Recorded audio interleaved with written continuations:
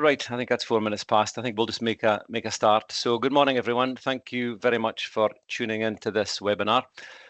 Just so you know, we will be recording it, the session, just for future use and for anyone that can't make it along. I'm Max Findlay from Escon Solutions, and I'm delighted to be joined this morning by Paul Sparks, Commercial Director at iplicit. Good morning, Paul. Good morning, Max. Without insulting Paul, which I would hate to do, I think it's fair to say that both of us have been in the software industry for quite a number of years now, and we've both seen some huge monumental changes over those years. When I stepped into it back in 1996, after 12 years as an accountant, we had no email, so any files that had to be sent to a customer had to be loaded onto an old floppy disk and sent in the good old post, and we had to create or write internal memos to communicate with our colleagues. Change days, I suppose, but companies were still successful and ran very well in those days. But the developments in IT since then have made things much easier for businesses, and with the development of things like AI, for example, even more automation and efficiencies will just be around the corner, and we'll talk about that a little bit more during the session. One of the other things that has really come to the fore over the last few years is cloud, with virtually all new software being developed to be deployed in that way. And that includes your finance systems as well. But for some customers that are on legacy on-premise systems, finance systems, the thought of cloud can be daunting and can prove a bit of a challenge. But for the next 30 minutes, we're going to discuss how customers can come to the conclusion that a change is needed, so that they can realize all the benefits that cloud and modern systems can offer. Also, at the end of the session, we have a world premiere for you, so please control your excitement for the next half hour, if that's possible. But certainly, in my experience, in terms of realizing it's time for a change, there are our customers have a number of common pain points with our existing systems, and myself and Paul are just going to kind of review some of those as a kickoff for the call. And I'm Paul. I'm assuming you'll have come across some similar pain points from your customers over the years. Absolutely. I look forward to sort of exploring a little bit about that with you, Max, and we can sort of delve into that in a bit more detail. Mm-hmm. So, as Max just alluded, when we were preparing for today, and we were looking back at our recent experience over the last 3 or 4 years about increasingly when people come to us and talk about some of their key challenges in the finance function, and we were exploring, discussing what they mean, how they've come about, and it's amazing what the commonality is, albeit that as organisations, Escon and iplicit, we work across a number of different sectors, but it's interesting when you start to peel the onion, actually there's a huge amount of commonality about what these pain and challenges are. So Max, I mean, you've obviously been chatting to an awful lot of organisations, been helping them with their digital transformation and exploring how that works. What are some of the sort of key challenges that you've picked out and you've seen commonly? Yeah, I mean, I think the main ones really refer, I think, to the inefficient use of systems. An amazing the number of customers that I've come across over the years that manually key their data back into spreadsheets to do their monthly reporting. So very labor intensive, but also open to human error. And if the chart of accounts changes, then obviously that kind of changes their templates within Excel as well. It's much easier if you can get the data straight out of the system. And the same applies in some ways with the kind of the manually keying of data into the system. So if you can integrate with your operational systems, then that means that again it rules out any human effort and human error as well. So there's those are the two of the main ones that I've come across over the last few years, certainly, Paul. Yeah, it's interesting you talk about effectively integration there, Max, because I think that's one of the topics we're going to talk a bit more about later on. But certainly I would concur that one of the overriding key reasons why people look to change their finance system or update it, we can call it whatever we like this morning, is because that integration is probably one of the key areas where they can drive efficiency. So and also eradicate errors, Max, so it's that whole ability to use, and that technology's changed a lot, hasn't it, in terms of facilitating this?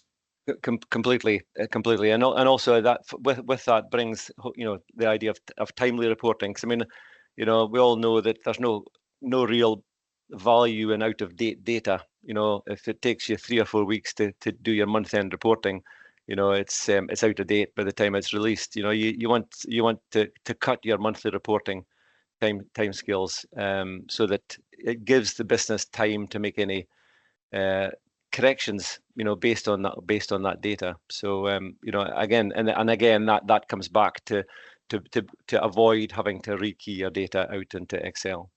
That's really interesting. We've just been doing some research with over 1,000 finance professionals, and that data actually, I was shocked. So, it still points to the fact that many organisations month ends, are into week 3 and almost into week 4 of a month.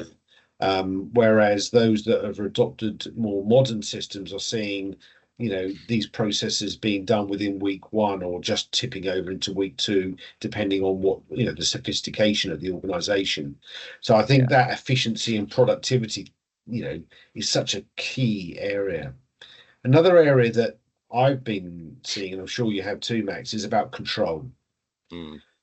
So one of the challenges is that we have with iplicit, there's over 30,000 daily users of our system. That's a lot of people adding information, putting on things like purchase orders, expense claims, adding month-end journals, and that's every time one of those transactions or a new record like a supplier is added. Having the right level of control seems to be a real big theme from organizations now. How do we make sure there's the right approval process that's embedded in the heart of the software, that doesn't require, spreadsheets being sent around or post-it notes on people's desks? And so that whole ability to have that sort of a designable, sort of configurable workflow for adding transactions and records to a system seems to be absolutely crucial for organizations. Yeah, definitely. And I think, finance teams are busy. They're a busy team, and if they can sort of offload some of the input to the non-finance personnel within the business, but still have control over what gets posted into their finance system, then I think that just adds to the efficiency of the finance function as well. Yeah. The last one I was going to call before we go into some other areas, Max, is I don't know if you've noticed this trend, but we're seeing more and more complex type group structures for organizations than perhaps what we've seen in more previous years. I mean, to use an example, if you're a charity or a non-profit, you're likely to have both a trust and a trading. So there's immediately two legal entities. But that's also very common in commercial settings too, that there's a structure, perhaps a shared VAT group across those scenarios. Now, historically, with the software that we've spent a lot of years with over, in different settings, all of those softwares of that generation tended to deal mainly with those as separate installations for each company or legal entity, didn't they, Max? Yeah, and I think when they tried to, there's a lot of systems I'm aware of that they don't do true consolidation. It's more aggregation reporting rather than consolidation, and I think that leads to additional work to eliminate intercompany postings, etc. So I think a smooth way of getting the data straight out of the system for the whole group as well as for the individual entities is vital. Great. Yeah, that's good that you've seen that same trend. Okay, so there's sort of some of the sort of common legacy finance software challenges that we hear people talk about. So When we were chatting about this ahead of today, Max, one of the things that we honed in on a few areas about sort of the current ways of working, and then how there's been some generational change, and I think some of that was driven by COVID. In recent Mm, times, there was like a sticky plaster required very quickly. Can we host this somewhere so that people can log in? But if you was to summarize those challenges that we were just looking at, it's all about very time consuming, too many manual processes still, multiple systems that don't talk to one another. Um, because of rekeying, there's error prone scenarios around this, and the absence of workflow and sort of authorization and checking. Um, Processes that are outdated and are quite clunky. Um, a real absence of flexibility about suiting how an organization works. And because of all of those lags and the time that it takes to get data in and checked and gone through, it kind of almost leads to like an absence of real-time analysis for an organization. So that was like our summary, wasn't it, Max, in terms of yeah. what, when you looked at this. And then you had this kind of interim V1 first generation of cloud where people took an old piece of software, put it in a hosted data center, but it still was an individual system, difficult to upgrade. You had to log in through like remote desktop connections, quite complex, high, lengthy implementation to make it happen, and quite high annual cost because of what's associated with it. So I think some organizations have kind of taken that kind of interim step to buy a little bit of time. But what we're seeing, Max, isn't it, is more and more people have, right, that bought us a few years. Now let's time to think about if could we address some of those pain points properly now, and look at how we could have a true cloud, born in the cloud solution that helps Yeah. organizations. Yeah. And I think it mirrors their personal life. That there's so many personal applications that people use nowadays that are in the cloud. It's just the kind of the natural way to go, to give them that flexibility and that ease of access, isn't it? Really? Yeah. And so, to help organizations sort of understand if it could be time to start to think, there's a guide that we'll share at the end of the webinar. But basically, these are like some checklists, some things that you need to start to think about it. That signs that it could be time to change. So, like on a technical level, does your system support the latest multi-factor authentication and single sign-on? You can't fail to see, in the news, stories of organizations that have hacked, or they've got access or denial of service. These sorts of security measures are no longer nice to have. They're kind of essential, for organizations to protect them. Um, Also we're seeing, I mean, I don't know about, I know Escon are no different, Max, to iplicit, but iplicit as an organization, we have a real clear remote hybrid working approach. Yeah. And that's key, isn't it?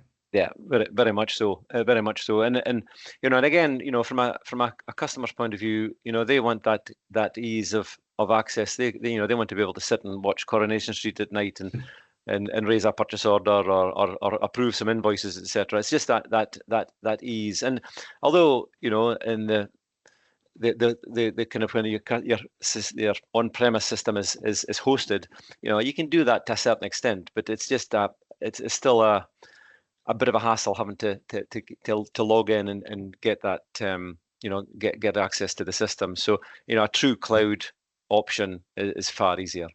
Yeah, because especially what typically happens when you have a true cloud solution, you also then get a proper mobile app for Yeah, Apple iOS or for Android. And yeah, so actually, whilst you're watching Coronation Street, to use your example, Max, yeah, um, you actually can literally look on your phone, see if there's an expense claim from one of your team that needs approving, look at it, look at the receipts. yeah, Perhaps they've raised a purchase order. You want to review that purchase order, have a look at the contract that was held against that purchase order, all actually from a mobile or from a tablet. yeah. Um, And again, that mirrors their personal life, the individual's personal life as well, where everything can be done on the phone nowadays as well. So yeah, it all kind of fits well together. So anyway, as part of the webinar today, at the end you'll see an option where you can get access to a whole number of guides, and some of these include some really helpful information about if you're starting your journey to think about changing the system, is it worth considering? Might it be advantageous? There's a few sort of areas that can help you go through this and understand that in greater detail. Great. So let's say that people have got to the point and they say, Max, yeah, I think it is probably time to consider change. What are the sort of key headlines that people need to start to think about as part of that process? So I know you come up with some of these sort of headings, Max, but sort of between us, can we pick a few of these off and kind of what they mean?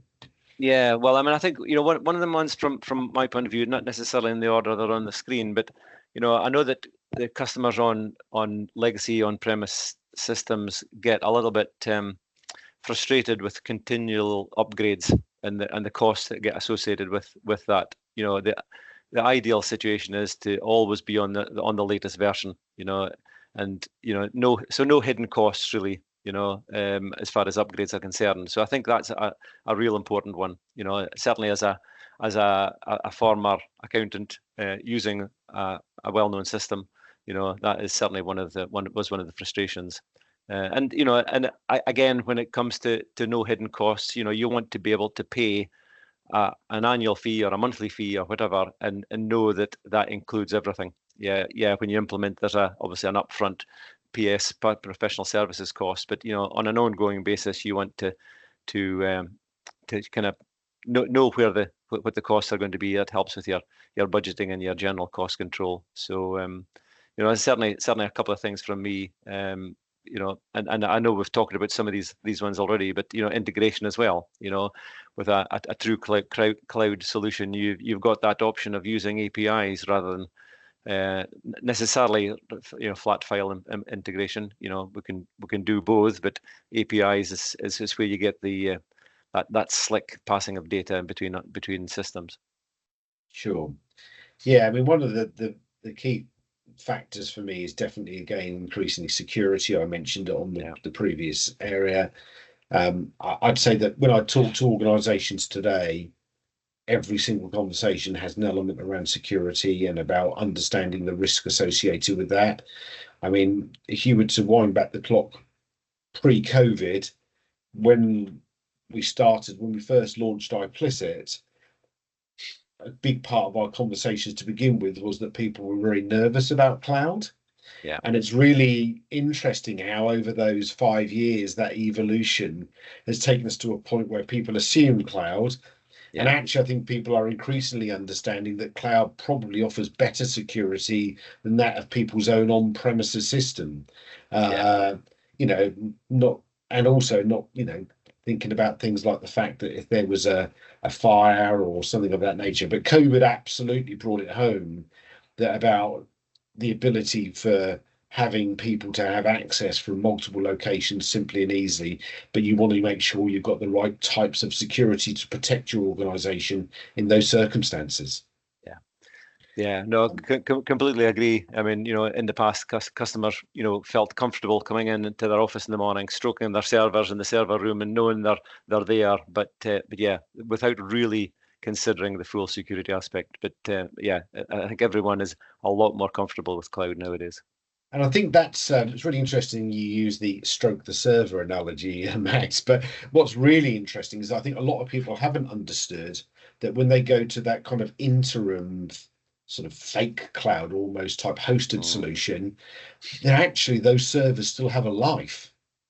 So typically the cost that you pay, you'll still have to renew that infrastructure every 3-5 years within the hosted data center. So whereas with a true cloud, born in the cloud type solution, that's all just included in your monthly cost. There is no specific point in time where there's a renewal of hardware involved or anything of that nature. Yeah, fair point. And I think the first one that I put on here is as we see the generational change in our finance teams, ease of use becomes much more important. There's an expectation from our latest recruits in our finance teams about how a system works, and that's important to better recruit the new talent and the people that are going to be the future of our finance functions. They have an expectation about things like mobile apps, about the ability to access via browser, the ability to have live links to Power BI and Excel and functions of that nature. Yeah. I don't think we could talk about the future and what it looks like without touching a little bit on AI and automation, can we, Max? No, well, as I mentioned at the start, it's developing at a frightening rate, and who knows what the kind of the future will hold in 2 or 3 years, but it does offer huge opportunities for us as in the financial software industry to make things easier for customers. And again, I think there's a lot of reason why a digital transformation is important for organizations. You can say with some certainty that an older legacy system isn't going to have AI available in it at any time. Those older systems, they have a shelf life, and it's the technology that's in a modern cloud system that's able to harness the power of AI. Yeah. And just to give you a real life example of this, I can speak obviously from iplicit, but other systems do offer this type of technology. But using AI embedded in the platform, the ability to read emails, to extract them and create transactions as draft transactions, effectively to process and actually add productivity benefits by using AI is very much the direction of travel. I've seen we have prototypes, and we're seeing more and more things like reporting using AI technology too. So that's absolutely there. So that's kind of AI, and then there's features that you can do automatically using automation. So automatically creating your accruals every single month based upon your purchase orders. When you're doing intercompany transactions, automatically creating the relevant opposite parts to transactions in the other legal entities when you do intercompany transactions. And even down to things like automatically scheduling debt chase emails off to clients, sending out statements.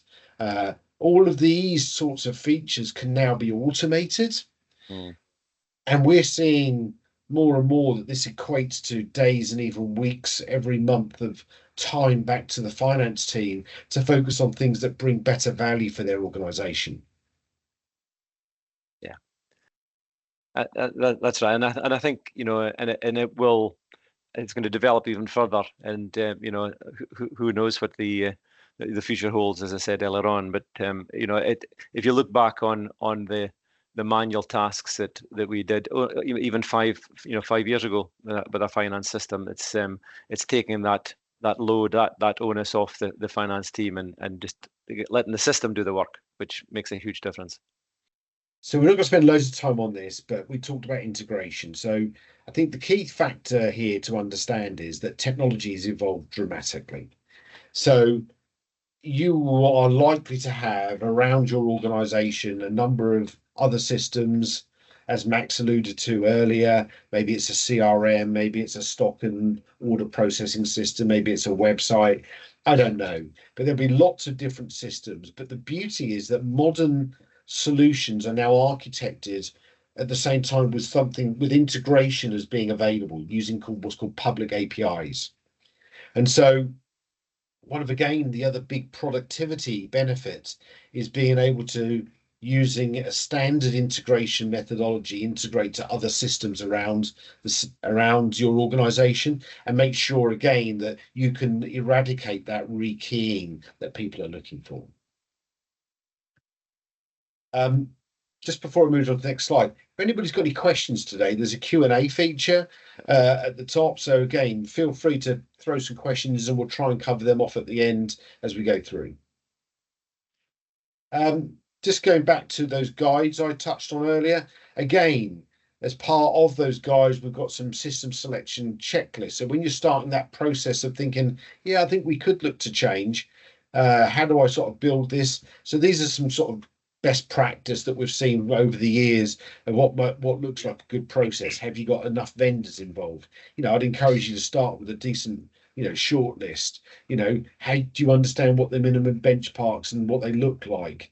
Have you done a gap analysis between your current systems and what you're looking for? All those sorts of things that might be useful for you when you're starting to evolve this process. On the iplicit website, there's a bunch of case studies. There's also a number of video case studies. So feel free to take a look, have a look through, and read more about how we've helped organisations, in many different ways, and help them free themselves from older legacy on-premises systems.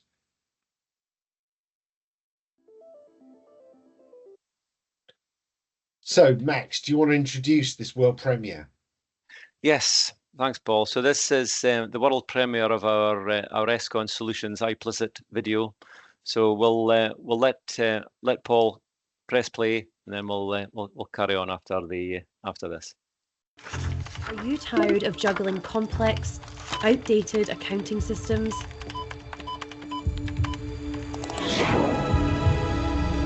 Introducing iplicit, a trusted cloud accounting software for medium-sized businesses. No more costly upgrades. iplicit offers the functionality of expensive ERP systems with greater flexibility, real-time reporting, and seamless integration with the tools you already use, with a large, consistently growing community of daily users. Trusted by organisations worldwide and backed by over 30 years of experience, we've streamlined your accounting, just not your coffee breaks. Transform your accounting experience with iplicit, your next generation accounting solution. To find out more, get in touch with ESCON Solutions today. Great, thanks, Paul. So I hope you did control your excitement for that. But that really is kind of covers quite a number of the things we've talked about over the last half hour. I mean, in terms of ESCON, many of you on the call will be aware of the company. As you can see from the slide, we've been on the go for almost 10 years, and we've got a huge amount of expertise between the 11 of us, the 19 of us in the business, and we can help with implementations, upgrades, general ongoing application consultancy and technical consultancy.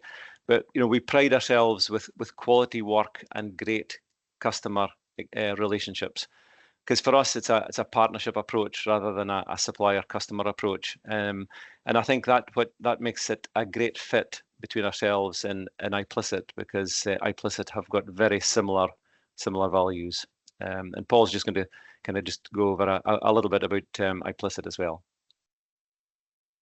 Thanks, Max.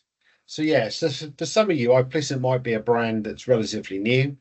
But just to sort of share a little bit about iplicit, it's actually in use now by over 30,000 daily users. We're actually in place in 94 countries, and there's over 1,500 organisations that are relying on iplicit on a daily basis.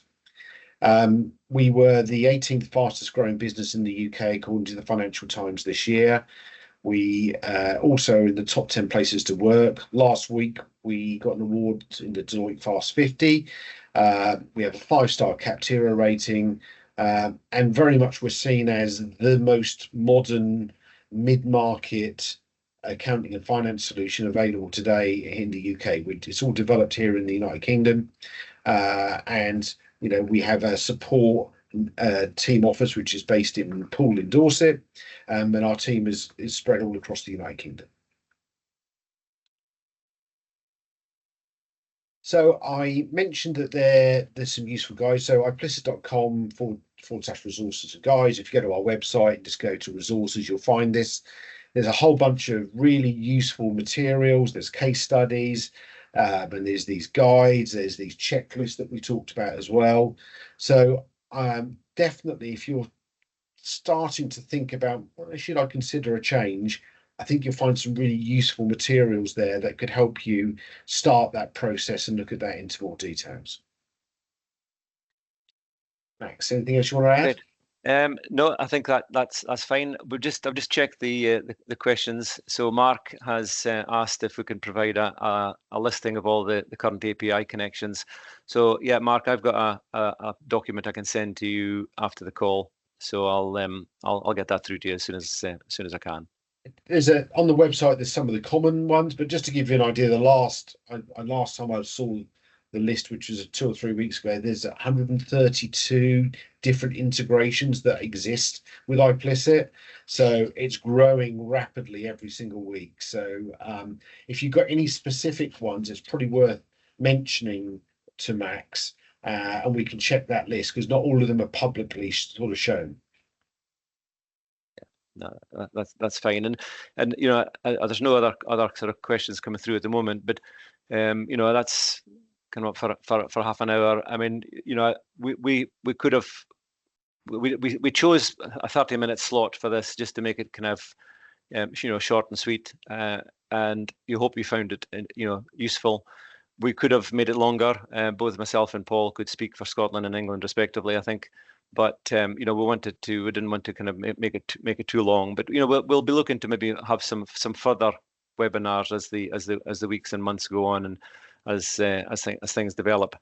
If any of you do have any questions at all after this session, please, you know, you've got my contact details on the invite, and also you and Stuart, my colleague, who's also on the call, will be happy to help out, and we'll come back to you if we can get you know, Paul to help us on that as well. But you know, I'd just like to say thank you very much for joining us, and you know, we'll look forward to working with you in the weeks and months ahead. So thank you, and thanks very much, Paul, for your time. Thank you, Max. Thank you from the team from Escon, and yes, we'd love to just, even if it's just explore and just if you want to have a look at the product, it's just at a high level. I know the team Escon would love to chat to you further. Yeah, actually, Paul, sorry, just hot off the press, Mark's just asked another question. Is there inbuilt document capture? So, there is. Yeah. Yeah, the solution has accounts payable automation, and so it will automatically read like email inboxes that you've got, and it will then convert those into draft documents, and it will attach them to the transactions, and they can start the approval process. Yeah, it's very. I mean, it's very, very impressive actually. I mean, I've seen a few over the years, but this very, very quick to set up as well. You know, there's you know, some of the other systems I've worked with are very labor intensive in getting the templates set up, etc. But this is very, very quick. One other quick question. Carol's asked about payment systems. I've seen as well. Yeah, we've worked with the likes of Stripe, Go Cardless, and yes, the system also links in terms to banks for doing the payment element. It's also worth mentioning the software also links to banks for a bank downloading of bank feeds for bank statements, so you can do automated bank reconciliation as well. Yeah. Thanks, Paul. Okay, don't seem to be having any other questions coming through, so we can we'll leave it there. Let you get a cup of tea, cup of coffee. But thank you very much again for joining us. Hope you enjoyed it, and thanks again to you, Paul. And we'll catch up with everyone soon. Thank you. Nice to Thanks very much. Thank you. Thanks a lot.